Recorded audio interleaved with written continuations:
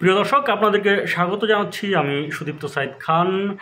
আহ, সাম্প্রতিক ইস্যু নিয়ে কথা বলতে চাই। সাম্প্রতিক গণজাগরণের মাধ্যমে শেখ হাসিনা সরকারের পতন হয়েছে। এই পতনের পর আহ, এই আন্দোলনের অনেকগুলো স্টেক হোল্ডার ছিল। অনেকে অনেক ধরনের দাবি করছেন, অনেকে অনেক ধরনের কথা বলছেন।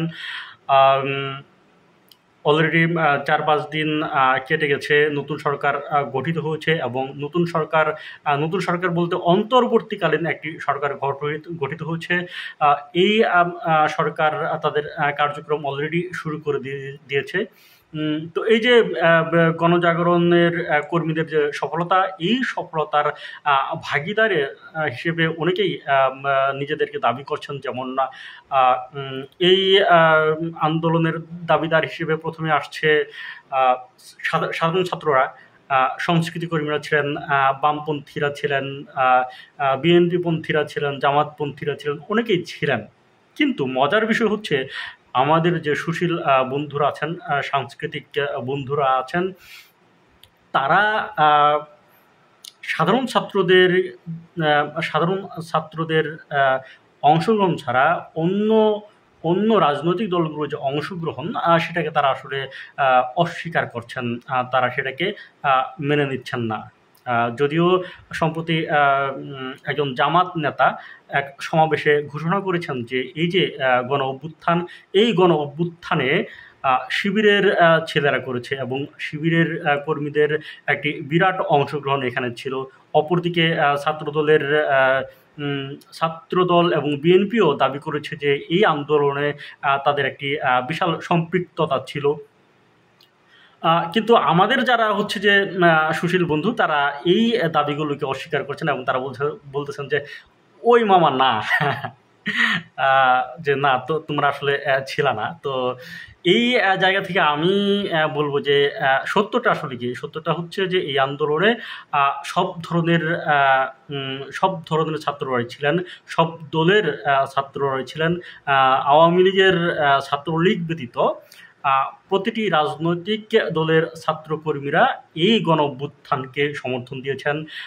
ছাত্র দলের একটি বড় অংশ এই দলকে সমর্থন দিয়েছে, ছাত্র শিবিরের একটি বড় অংশ এই আন্দোলনকে সমর্থন দিয়েছে।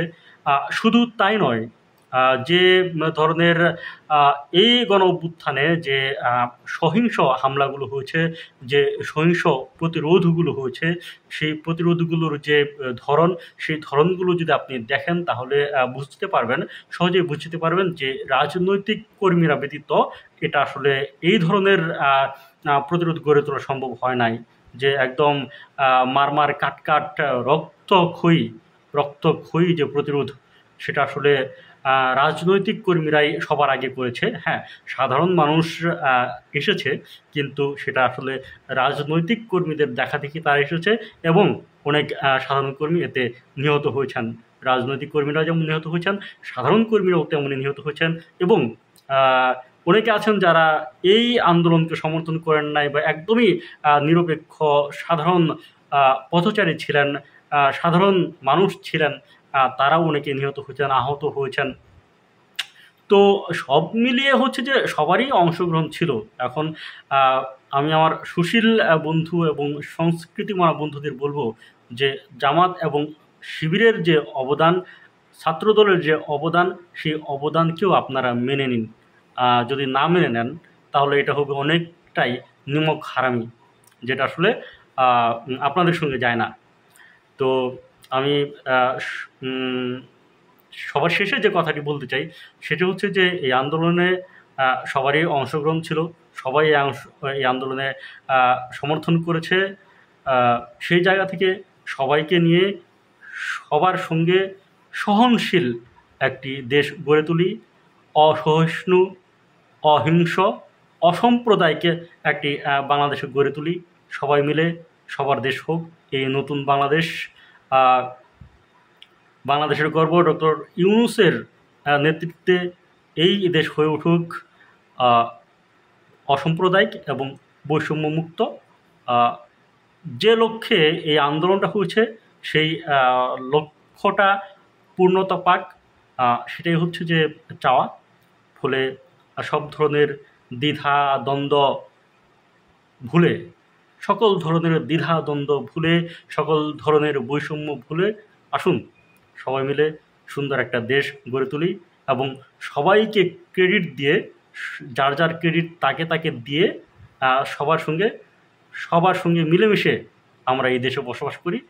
কোনো বিদ্বেষ নয়, কোনো হানাহানি নয়, কোনো ভাগাভাগি নয়, কোনো কোনো ডিভাইডেশন আর চাই না। আমরা চাই সুস্থ, সুন্দর এবং সম্মিলিত প্রচেষ্টায় একটি সুন্দর দেশ। সবাইকে ধন্যবাদ। এই ভিডিওটি যারা দেখেছেন সবাইকে শুভেচ্ছা জানাই। ভালো থাকবেন।